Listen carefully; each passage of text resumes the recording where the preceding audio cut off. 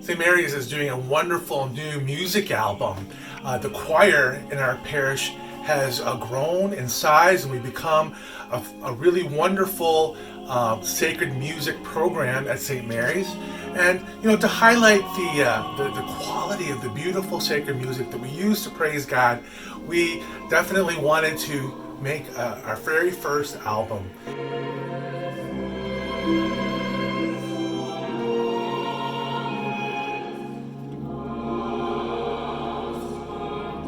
The reason that we decided to make St. Mary's first ever sacred music album was because the music program here has really grown over the last 3 or 4 years, and we thought it would be a really beautiful and timeless thing to create basically a time capsule with the album, featuring all of the different choirs that sing here, the different members, and some of them who have been here for many, many years, and to pick basically our favorite pieces or the most beautiful pieces from each different choir and put them on an album.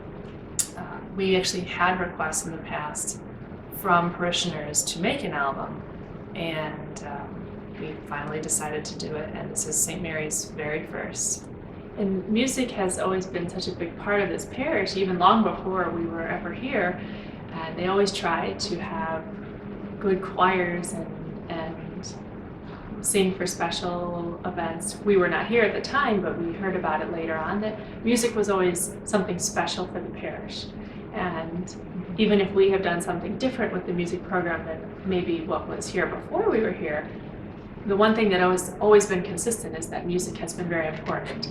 So we wanted to preserve that and be able to put it in people's hands to take home, to be able to listen to not only when they're here at church, but also take a part of the St. Mary's music home with them and then share them with their friends and family.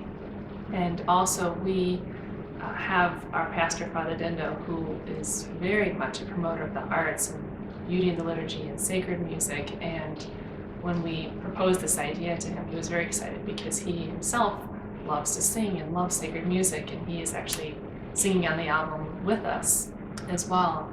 And so it's just beautiful to be able to put all that together with everyone, and to be able to include Father, who also loves to sing.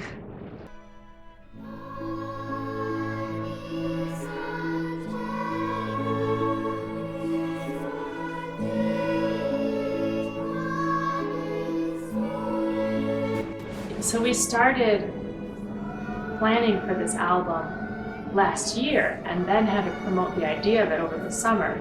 And then when we started with rehearsals in the fall, we not only had to still prepare music for each weekend mass, but then we had to take extra time and fine-tune each piece that we chose to put on the album. So that would include the breath lines, or where the consonants fall in the music, or how it's being sung. And so it was a lot more specific than the preparation that we do for our weekend masses, because we knew that when you have something recorded that you can play over and over and over, you want to eliminate any possible mistakes or technical problems, because it can be played over and over. So it had to get to a very close state of perfection. So we had been working each week for this entire first semester until our recording in January. The choir has been working for a long time on preparing the music, and the music that I had to prepare specifically, the Gloria Patri duet in particular, a great piece of music, second setting of that of Bach's, obviously from the B minor Mass. The same duet exists with different text, but it was great to do that, as well as the Vimont Ecce Panis is a wonderful piece of that text set music. And now to have it orchestrated and with organ and then codified on the record, it's been great.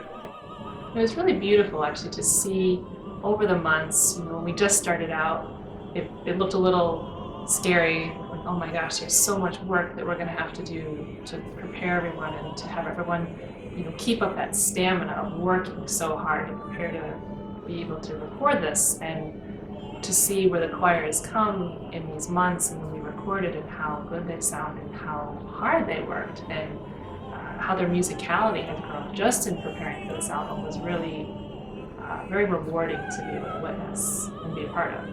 Most people think of sacred music as something for church, which it is, but it is also really great to bring that into your home for times when you do want to have reflective moments or prayer time at home, to be able to put on some sacred music. It'll bring your mind to a place of prayer because you hear it at church, and we're all called to bring ourselves to a place of prayer even when we're not at church. So it's also would be a great thing to help with prayer time, whether you're driving in the car and you just need some reflective time, or you're at home and you're trying to quiet your mind and lift your heart to God. So yeah, we hope that will be a tool for prayer for everyone as well.